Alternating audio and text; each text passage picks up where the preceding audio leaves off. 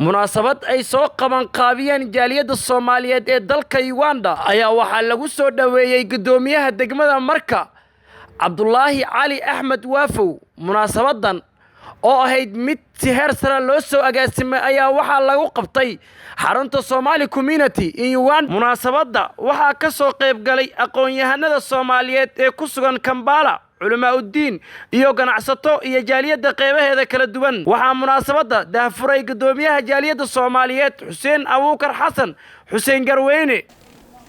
gaar ahaan jaaliyada Koonfur Galbeed maanta waxaa marti noo ah gudoomiyaha degmada Marka Cabdullaahi Waafow oo wadanka Uganda yimid. marka waxaa maanta aan ku soo dhaweynaynaa jaaliyada diyaarayto inuu soo dhaweyso gudoomiyaha degmada Marka Cabdullaahi Waafow. marka inta ka soo qayb marka khudbadaasi tan waxaan rabnaa asiga wixii wareysay iyo wixii su'aalahna waxa waaye diyaar u yahay khudbada wixii ka dambeeyo hadduu Ilaahay yiraahdo. haddana waxa waaye jaaliyada qeybaheeda kala guddisanaya waxa waaye hadla doonto. waxaa sidoo kale goobta ka hadlay aqoon-yahanada dhalinyarada waxgaradka ganacsatada ka soo qayb gashay munaasabada. rahmatullaahi wa barakaatuh.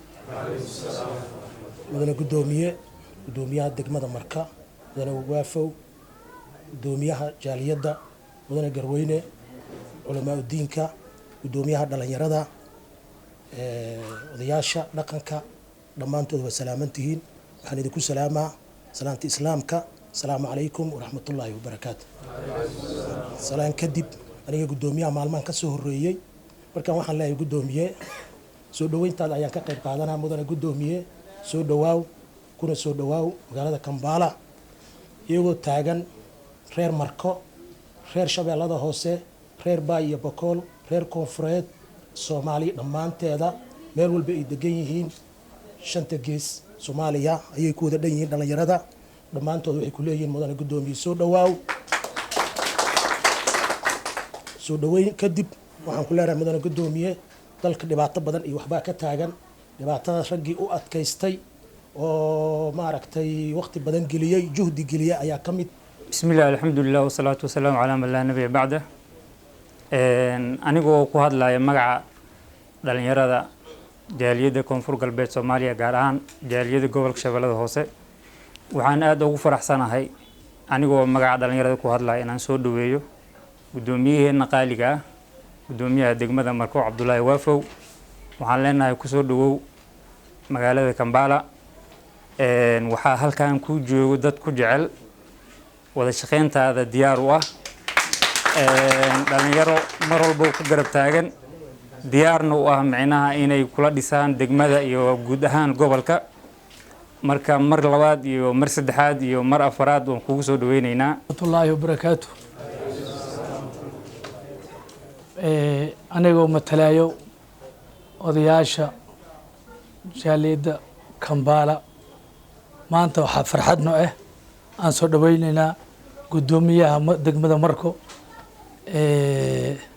Jaale Waafow iyo martidiisa. maanta waa ku faraxsanahay waanu soo dhaweynay insha Allah. waxii war in asiga noo warbixin doono maadaama anaka wadanka waqti dheer ak maqneen. alxamdulillah waxii war waxii hoos wixii wareys asiga noo bixi doono. anaga odayaashaanya dhalinyaradanya gabdhahaanya kulli diyaar baa u nahay maanta gacan furan baa ku soo dhaweynaa insha Allah. assalaamu calaykum waraxmatullaahi wabarakaatuh. dadka madaxda noo yimaday dhammaanba jaaliyada waxaa la yidhi Cabdullaahi Waafow anaga nooma aha ee mataqaanaa gudoomiye madaxweynuu noo yahay. dhammaanba waa idin salaamaya. midda kale labaad walaalkeena ximintii markaa ka maqan annaga diyaaraan la nahay. waxaan diyaar aan la nahay hadduu askar naga dhiganaya diyaara u nahay, hadduu CAD naga dhiganaya diyaara u nahay, hadduu maalgelin u baahan yahay diyaara u nahay.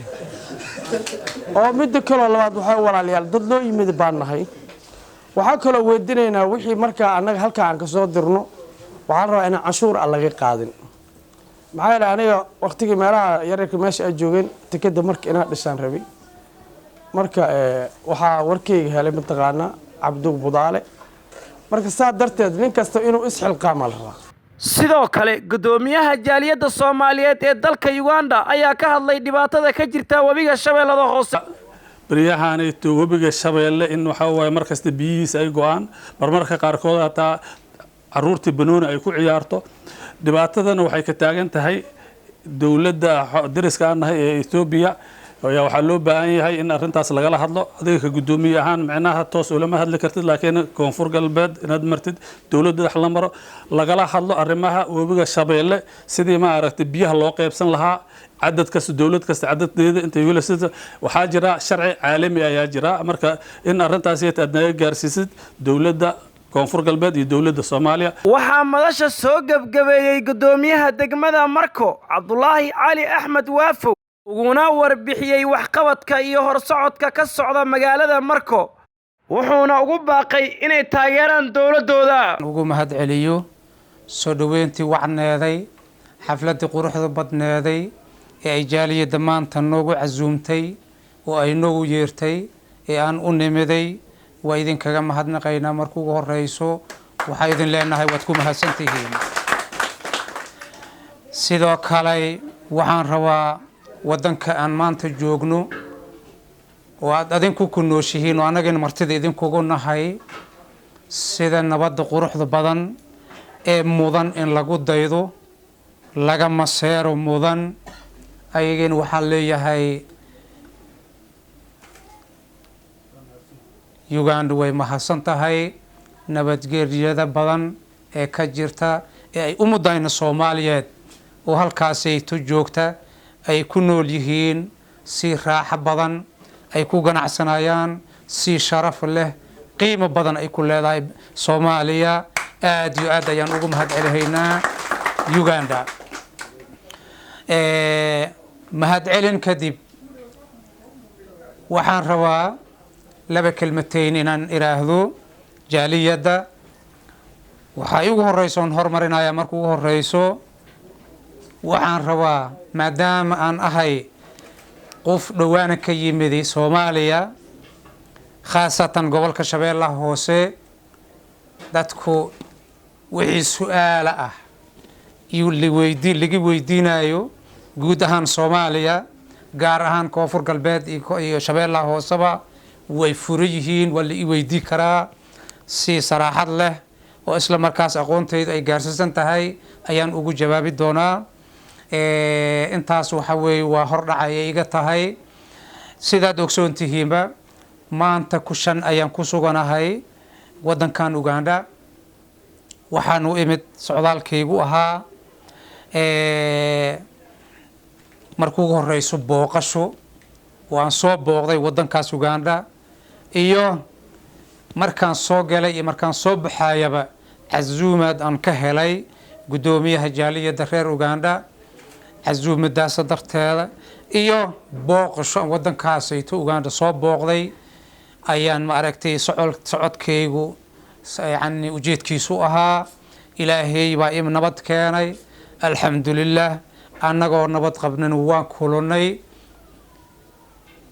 waxaan ka nimid Soomaaliya waxaad ogsoontihiinba Soomaaliya wax ay maantu mareyso shalay waxay ahayd baad ogsoontihiin kollayba ma dhex joogtaane laakiin wax maqal oo idinka maqan ma jirto maanta Soomaaliya wixii ka dhaco halkan social media ayaa laga arkayaa Soomaaliya sidaad u jeedaan waaye wadanka Soomaaliya dawlad baa ka curutay dawladda dhalatay waxaan isleenahay sanad walbo sanadka ka sii dambeeyo dawlad walbo timaado dawladda ka sii dambeeyso inay wadanka soo dhaweynayso iyada diil badan ay keenayso wadanku wuxuu ku socdaa hadii sida asadu maanta maraayo uu ku socdo oo ilaahay naga reebo masiibo iyo dhibaato wareegaysa waxaan gaari doonaa